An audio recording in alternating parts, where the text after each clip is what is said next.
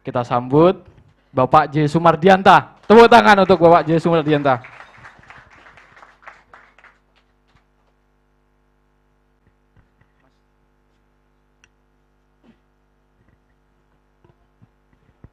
Mas Alvin, terima kasih.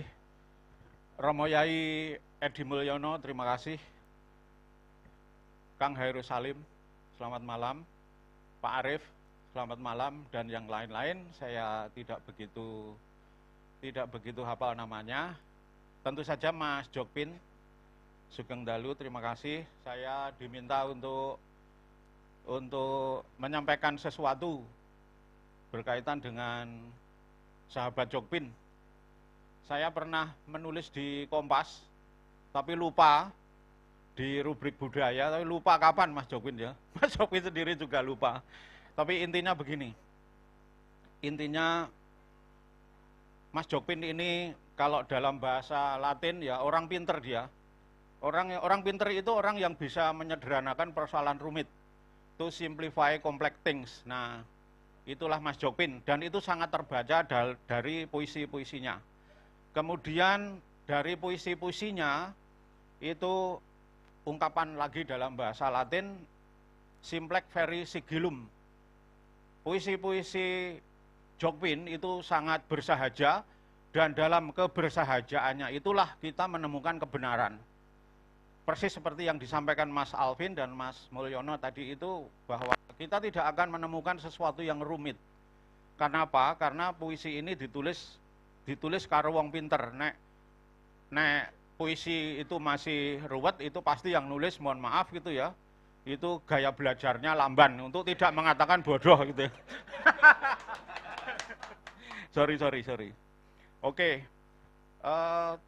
Jokpin ini saya kira adalah duta perdamaian Jogja. Mengapa saya katakan begitu? Karena cara dia berelasi itu dia bukan jago kandang.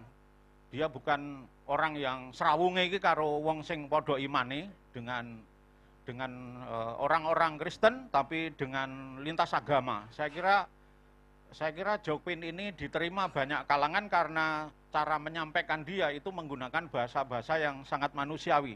Contohnya begini, Jogja terdiri dari Pulang, Rindu, dan Angkringan gitu ya. Itu kalau kita klik di medsos itu langsung muncul tembok, ada taman, dan ada tulisan Jogja terdiri dari Pulang, Rindu, dan Angkringan. Nah itu contoh dari dalam kebersahajaan terdapat kebenaran. Siapapun yang lahir di Jogja, siapapun yang pernah kuliah di Jogja akan setuju dengan ini. Lalu kalau secara pribadi, saya paling menyukai puisi Mas Jokpin itu tentang Paskah. Ini puisinya orang kafir ini ya. puisi yang menurut saya itu membuat cara beragama dan cara meyakini iman itu dengan cara yang bersahaja banget dan penuh guyonan. Puisi Paskah itu berkisah tentang Maryam, Ibu Maria, pada hari ketiga mengunjungi kuburnya, pintunya sudah terbuka, lalu Yesus itu mau naik ke surga, tapi dalam kondisi telanjang, Maryam tentu malu punya anak mau mekrat dalam, mau naik ke surga dalam kondisi pakainya compang-camping gitu ya. Lalu Maryam ini memberikan jubah, lalu dipakai oleh Yesus, dan sebelum naik ke surga, Maryam bertanya, Paskah? Jawabannya pas gitu ya. Itulah sejarah Paskah gitu, sesederhana itu. Pancen Pak Jokpin ini biangane gitu ya. Caranya seperti itu, cara yang sederhana, tapi membuat saya itu yakin bahwa iman saya itu nggak keliru gitu loh. Itu Pak Jokpin. Lalu juga puisi tentang tukang becak, yang memperhatikan pendidikan anak-anaknya. Tukang becak ini batuk-batuk melulu, dan dengan mendidik anaknya supaya anak-anak ini bisa membetulkan nasib bapaknya. Sesederhana itu. Oke, nah yang bagian akhir tentu sahabat saya bukan hanya Mas Jokpin, bukan teman-teman yang di sini, saya tentu akan mengapresiasi Mas Mulyono ya. Boleh dikatakan ini saya mau ngalembono. Romo Yai Mulyono ini saya jadi ingat ajaran dalam Kristen, tokoh Kristen, maaf ini bukan kristenisasi ya, tapi Mas Mulyono ini sangat mengamalkan ajarannya Calvinisme. Ajarannya adalah kesalehan dan perilaku ekonomi gitu ya. Kalau Anda ketik di Google, Anda akan menemukan banyak sekali tesis dan disertasi doktor. Dan menurut saya contoh konkretnya ada di depan mata kita ini, Edi Mulyono.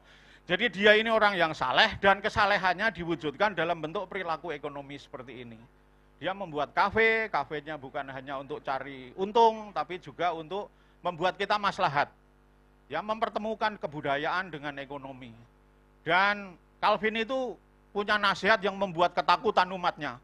Kowe nek mati melarat, ora bakal mlebu swarga. Maka supaya kamu naik ke surga, kamu harus jadi kaya raya. Dan itu yang dipraktekkan oleh Kang Edi Mulyono itu ya. Dia itu nanti naik ke surga karena dia kaya raya. Saya kira saya kira itu saja. Saya nggak mau berpanjang supaya kalian Anda tidak melenger. Terima kasih Mas Alvin. Saya kembalikan. Tepuk tangan sekali lagi untuk Bapak J. Sumardianta. Keren sekali ya, tadi disebut sejarahnya juga. Yang paling mengejutkan fakta terakhir ya. Oke, tenang, ini bukan kristenisasi. Tenang. Bapak Duta Perdamaian Jogja, saya sepakat. Jamaah Jokpin yang terbuat dari rindu pulang dan angkringan. Kalian semua maksudnya. Selanjutnya, ini dari guru saya juga. Beliau sahabat Jokpin.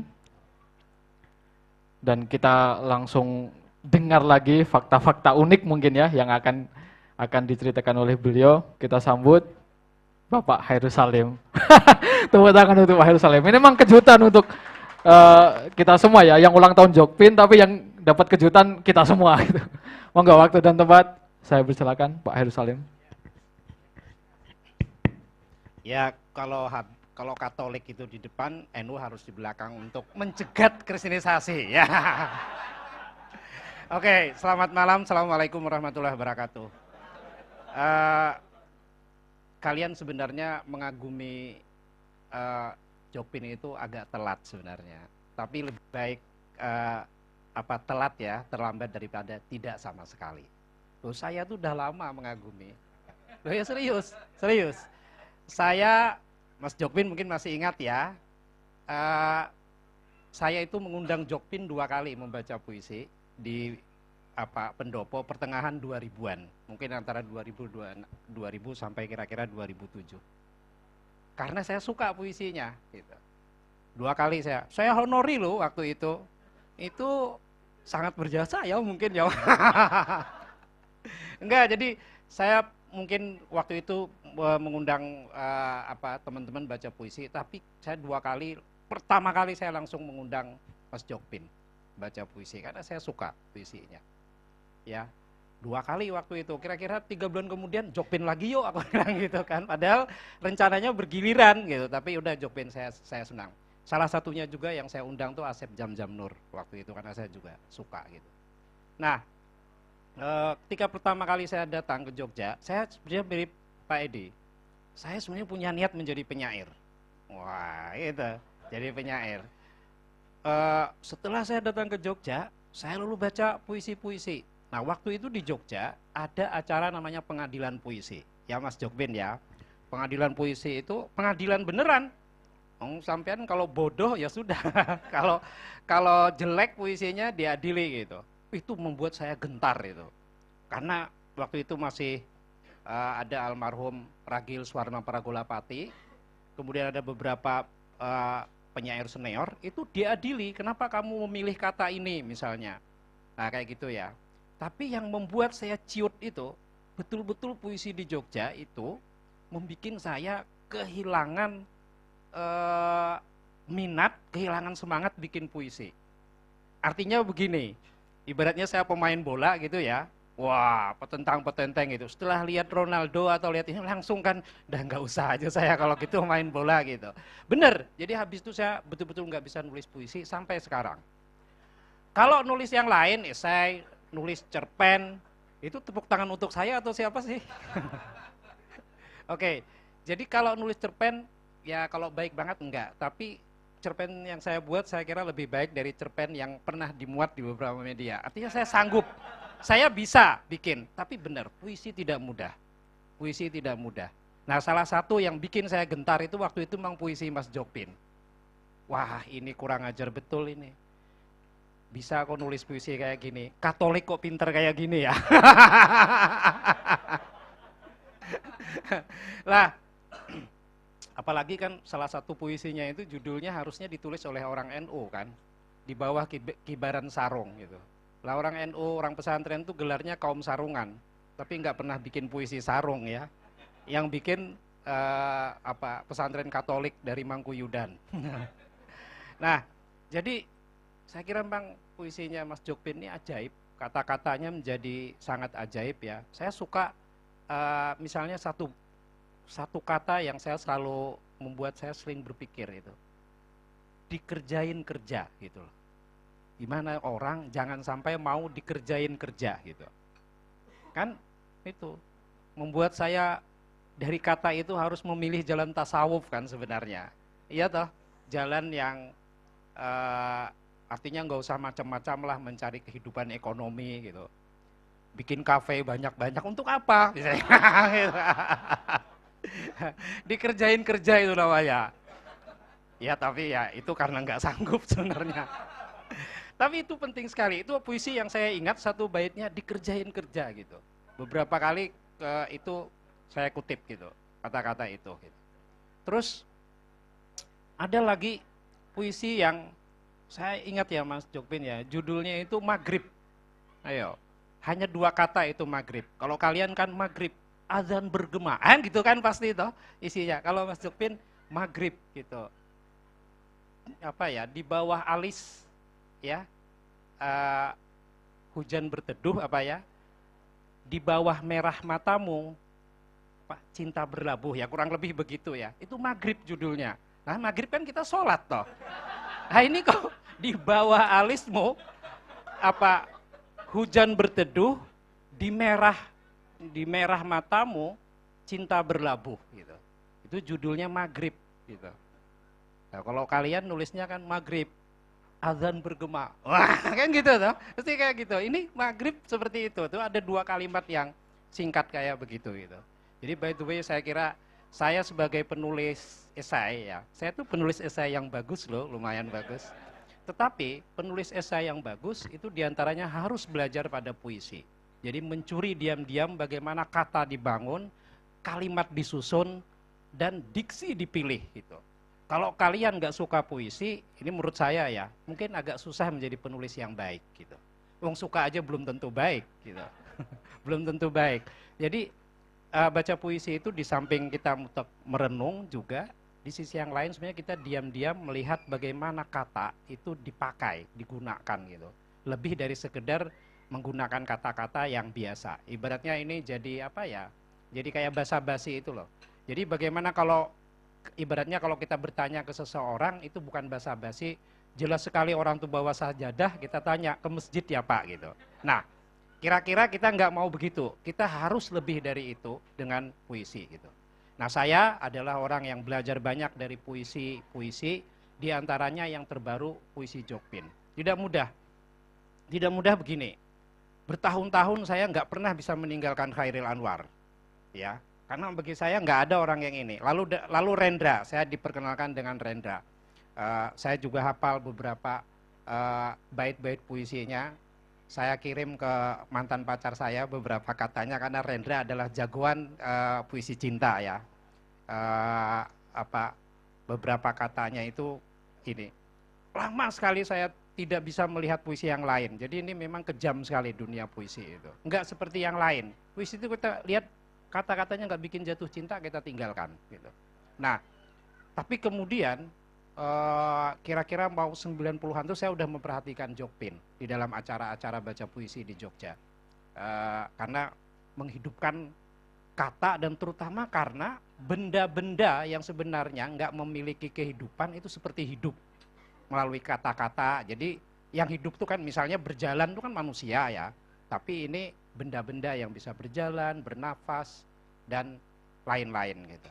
Nah, tentu saja puisi yang berikutnya yang penting ini di luar puisi. Jokpin ini orangnya nggak cerewet, nggak macam-macam gitu ya. Padahal penyair besar gitu. Itu di sana itu Jogja terbuat dari angkringan, tuh nggak ada nama Jokpin kan? Ada nggak? Nggak ada ya. Sekarang ada. Tapi yang mencerewet itu bukan Jokpin. Itu kan harusnya dituntut tuh Jokpin. Saya paling nggak harus diganti 2M dari dana keistimewaan, kan gitu loh. Kalau dia orang yang cerewet, merasa besar dan lain-lain, nggak ada. Lo ditulis loh. Banyak orang bilang ini memang kata-kata siapa? Kata-kata Jokpin, tapi tidak ditulis. Ayo. Kalau ada orang yang begitu itu kan, wah itu geger dunia. Ada orang yang jenis kayak gitu. Gitu. Ada kan orang jenis kayak gitu ada ya. Seolah-olah, wah nggak dikutip ini, tuntut ini. Berapa ratus juta ini karena mencuri begini-begini kan begitu. Jokpin diam aja, biasa aja sampai kemudian akhirnya orang mengingatkan itu harus ditulis karena itu kata-kata Jokpin gitu. Mahal loh kata-kata itu, nggak segampang itu orang mencantumkan gitu. Jadi menjadi seorang yang hebat tapi pada saat yang sama rendah hati itu tidak mudah dan itu akan menjadi satu magnet ya, seperti lampu yang cerlang cemerlang gitu. Kalau sudah orang rendah hati tapi juga hebat. Oke, yang terakhir tentu saja tadi mungkin Jokpin adalah salah satu penyair yang puisinya nggak bisa diterjemahkan, itu puisi yang tadi Paskah itu. Nggak akan bisa diterjemahkan ke dalam bahasa apapun itu. Iya kan? Paskah katanya. Pas anakku, katanya gitu kan. Nggak mungkin diterjemahkan ke bahasa apapun itu. Karena itu betul-betul bahasa Indonesia. Gitu. Ya kan? Itu nggak mungkin diterjemahkan ke bahasa Inggris, ke bahasa Arab, nggak mungkin. Gitu. Jadi selamat ulang tahun Mas Jokpin, sehat selalu dan selalu menulis dan memberikan kesaksian-kesaksian kepada kehidupan, kepada alam, kepada persahabatan dan kepada kita semua. Demikian, selamat malam, assalamualaikum warahmatullahi wabarakatuh. Terima kasih Pak Heru Salim. Tepuk tangan sekali lagi untuk Pak Heru Salim. Kesaksian yang cukup menggugah ya.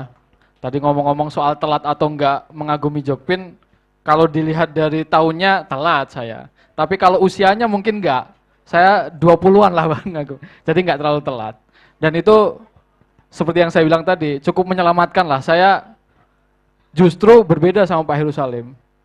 Saya nggak gentar, saya justru malah senang gitu loh bikin puisi kan. Wah ini bisa ternyata dibikin. Dan kalau ditanya salah satu influence puisi-puisi saya ya Jokpin tentu saja. Dan selanjutnya kita akan mendengarkan kisah dari sahabat yang ini sudah terkenal di daring maupun luring ini. Terkenal punya hubungan yang erat dengan tanaman. Nah, ini tahu ya siapa ya? Kita sambut Prof. Picus. Tepuk tangan untuk Prof. Picus. Kita dengarkan. Ini penyair juga. Nanti mungkin akan penyair juga ini. Nanti mungkin akan dikonfirmasi di sini ya. Monggo Prof. Picus. Terima kasih. Bismillahirrahmanirrahim. Assalamualaikum warahmatullahi wabarakatuh. Teman-teman semua. Jadi biasanya yang terakhir itu yang kualitasnya paling tinggi. Jadi kalau yang pertama tadi Pak Mulyono, ya. Pak Mulyono itu kan diminta kirim cerpen tapi nggak dikirim. Nah, nggak dikirim aja dibanggakan. Ya kan? Nomor 2, Mas Hairul Salim. Sudah pernah nulis buku puisi belum? Belum. Belum kan? Belum, nulisnya IC. Ya kan? Saya sudah pernah menulis buku puisi. Saya sudah pernah menulis buku puisi. Nah, bicara tentang khotbah Jumat, jadi ada salah seorang penyair yang sama sekali tidak terkenal, ya, sama sekali tidak terkenal. Orangnya datang nggak? Datang, ikut tertawa, ikut. Saya beri hadiah buku puisi saya yang berjudul Karena Cinta Aku Menjelma Engkau. Judulnya aja udah wow ya.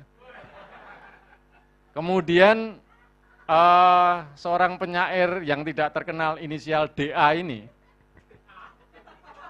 Itu dia membuka, kemudian dia bertanya, Prof, ini buku puisi apa buku khotbah Jumat? Buku puisi apa buku khotbah Jumat? Saya berpikir, bocah iki wis tak kei gratis gitu. Isih ngece kan gitu. Kemudian itulah kali pertama, kemudian di basa-basi saya ketemu Mas Jokpin. Saya berikan hadiah ini buku kepada beliau, puisi. Jadi istilahnya orang Jawa itu nguyai segoro. Seorang penyair diberi hadiah puisi. Tapi di situ ya saya benar-benar bangga hati, kemudian merasa Mas Jokpin ini adalah pribadi yang hebat tetapi sangat rendah hati, tidak pelit pujian. Jadi beliau membuka buku saya kemudian mengatakan, Cus, ini kata-kata yang dahsyat. Ada kata-kata yang dahsyat di sini. Apa Mas? Ini loh, yang kata-kata ini, sirna wajahku, kata beliau. Sirna wajahku, ini kata-kata yang dahsyat, ini luar biasa. Saya kan bangga kan, Mas, terus yang mana lagi yang bagus di buku puisi saya? Kata Mas Jokpin, sak buku ini sing apik ya mung sirna wajahku. Jadi, iya, tapi lumayan daripada tadi penyair yang nggak terkenal terus ngece khotbah Jumat gitu kan. Nah kemudian saya sepakat Pak Sumardianta tadi ya. Jadi kata-kata beliau ini, kata-kata Mas Jokpin dalam puisinya, itu memang sungguh luar biasa. Lintas agama, ya. Kalau nggak percaya, buku itu silakan dibeli, kemudian dibuka halaman 36. Saya tadi, ini cara Mas Yai itu ya menjebak saya tuh tahu-tahu datang, kowe ngomong tentang sahabat Jokpin ya. Kemudian saya buka buku puisinya, halaman 36. Jadi dikatakan di situ pesan seorang pemilik pohon durian kepada orang yang menunggu durian runtuh. Jadi dikatakan durian tidak akan jatuh pada orang yang menunggu durian runtuh. Ini kalau bagi saya, itu pelajaran syariat banget gitu. Mas, aku ya NU ya Mas. Jadi bukan cuma Mas Hairul Salim yang bisa ngaku NU gitu. Saya juga NU. Jadi di situ pesan yang kuat tentang syariat. Bagaimana seseorang itu tidak boleh panjang angan-angan. Dia harus berusaha menanam, bukan hanya menunggu durian yang runtuh. Jadi terima kasih Mas Jokpin sudah memberikan pujian, tidak pelit pujian atas karya saya yang sederhana, yang diece sama Darus Armedian itu Pak. Ya, selamat panjang umur, selamat ulang tahun, semoga panjang umur Mas Jokpin. Jangan berhenti berkarya, jangan berhenti dan jangan lelah berbagi ilmu dan pengalaman-pengalaman pada kami semua. Saya minta tepuk tangan kita semua untuk Mas Jokpin. Assalamualaikum warahmatullahi wabarakatuh.